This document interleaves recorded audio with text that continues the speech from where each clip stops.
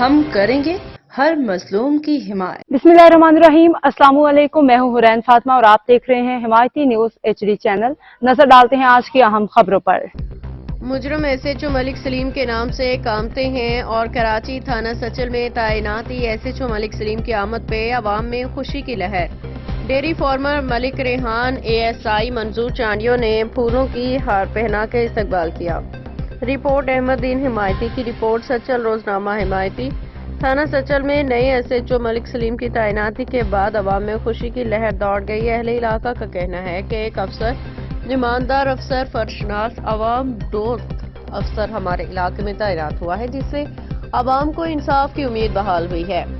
مقامی مکینوں نے SHO ملک سلیم کے استقبال کے لیے ہار پہنائے اور پھولوں کی پتیاں نچھاور کی۔